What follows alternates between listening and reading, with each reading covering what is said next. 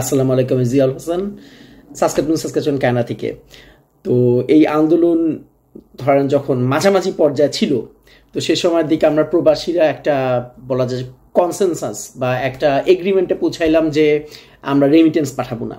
তো এর উদ্দেশ্য কি ছিল? এর উদ্দেশ্য ছিল হচ্ছে হাসিনা গভর্নমেন্টকে মানে ভাতে মারা। হাসিনা গভর্নমেন্ট যদি টাকা না পায়, ডলার যদি না পায়, তাহলে সেক্ষেত্রে শুকায় মরে যাবে, এমনি শেষ, কারণ তার দেশ চালাইতে টাকা লাগবে। যাই হোক, আমাদের এই আন্দোলন খুব বেগবান হওয়ার আগেই, বেগবান খুবই ভীষণভাবে হইতে হয় মনে করি, বাট তার আগেই আমাদের দেশের ছাত্র এবং জনতা কাজ সারিয়ে ফেলছে, হাসিনা গভর্নমেন্ট টুস। তো সেই জন্যে এখন আমাদেরকে রেমিটেন্সের বন্যা দিয়ে দেশ ভাষায় দিতে হবে, কোনো কথা নাই। এবং সেটা অবশ্যই ব্যাংকিং চ্যানেলে, হুন্ডিতে পাঠাবেন না, হুন্ডিতে পাঠাবেন না। আপনি রেট 2 টাকা কম পান, 5 টাকা কম পান, 60 টাকা কম পান, কোনো ঘটনা না, তারপরেও ব্যাংকিং চ্যানেলে পাঠান। আলটিমেটলি এই রেমিটেন্সটা আপনার ফ্যামিলির কাজে লাগবে। মানে রেমিটেন্স তো আপনি আপনার ফ্যামিলিকে পাঠাবেন, সেটা ফ্যামিলির কাজে লাগবেই, বাট তারপরেও আলটিমেটলি দেশের কাজে লাগবে, আর দেশের একটা অংশ আপনার ফ্যামিলি, মানে এটা দুইভাবে কাজে লাগবে। পার্সোনালি আপনার ফ্যামিলির কাজে লাগবে, এবং অন টপ অফ দ্যাট আপনার দেশের ভালো হইলে তো আপনার ফ্যামিলির জন্য ভালো। তো সেই জন্যে সারা পৃথিবীতে যত বাংলাদেশি ভাই বোন আছেন, আমরা এখন সবাই রেমিটেন্স পাঠাই। কারোর যদি দেশে টাকা নাও পাঠাইতে হয়, যেমন আমার আসলে সত্যি কথা বলতে কি আমার দেশে টাকা পাঠাইতে হয় না, আমার দেশে ডলার পাঠাইতে হয় না, মানে আমার ওরকম কেউ নাই, মানে ধরেন ডলার লাগতে পারে সেরকম কেউ নাই, কিন্তু তারপরেও আমি পাঠাইছি। জাস্ট গতকালকেই আমি কোথায় পাঠাইছি, কি পাঠাইছি আমি বলবো না, বাট যাই হোক, আমি আমার সাধ্য মতো কিছু ডলার পাঠাইছি যাতে দেশে আহতদের কাজে লাগে সেজন্যে, এবং সেটা ব্যাংকিং চ্যানেলে। সো আপনারাও পাঠান, আপনারা পাঠান, দেদার্সে পাঠান। এখানে অনেক ভালো ভালো অ্যাপ আছে, ট্যাপ আছে, তারপর রেমিট্রি আছে, এছাড়া ব্যাংকিং চ্যানেলে পাঠানো যায় অনেক আছে। আপনি যদি এই অ্যাপগুলো দিয়েও পাঠানো, পাঠানো খুব সহজ, যারা যারা ইউজ করেন না।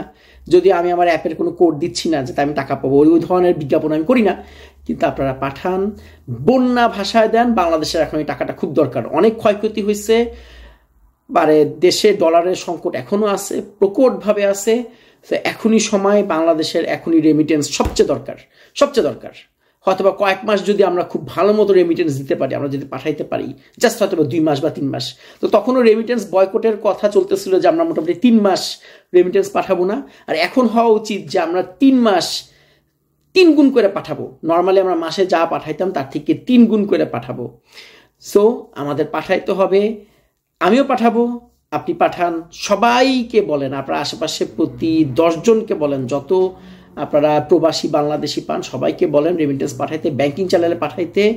ইনশাল্লাহ আমরা জোস একটা বাংলাদেশ দেখব, এবং আমাদের বাংলাদেশ এরকম হবে, এরকম হবে যে আমাদের হয়তো বিদেশ থাকতে হবে না, আমরা বাংলাদেশে চলে যেতে পারবো, এবং আমরা যে বাংলাদেশি থাকবো, আমরা বাংলাদেশে ভালো থাকবো। ইনশাল্লাহ বাংলাদেশ এরকম একটা বাংলাদেশ হতে যাচ্ছে। অলরেডি আপনারা দেখেন যে এই গভর্নমেন্ট পড়ার পরে জিনিসপত্রের দাম কমে গেছে, আলুর দাম কমে গেছে, আমি তো খোঁজ নিচ্ছি দেশে আলুর দাম কমে গেছে, কারণ সিন্ডিকেট ভেঙে গেছে, অটোমেটিক সিন্ডিকেট ভেঙে গেছে।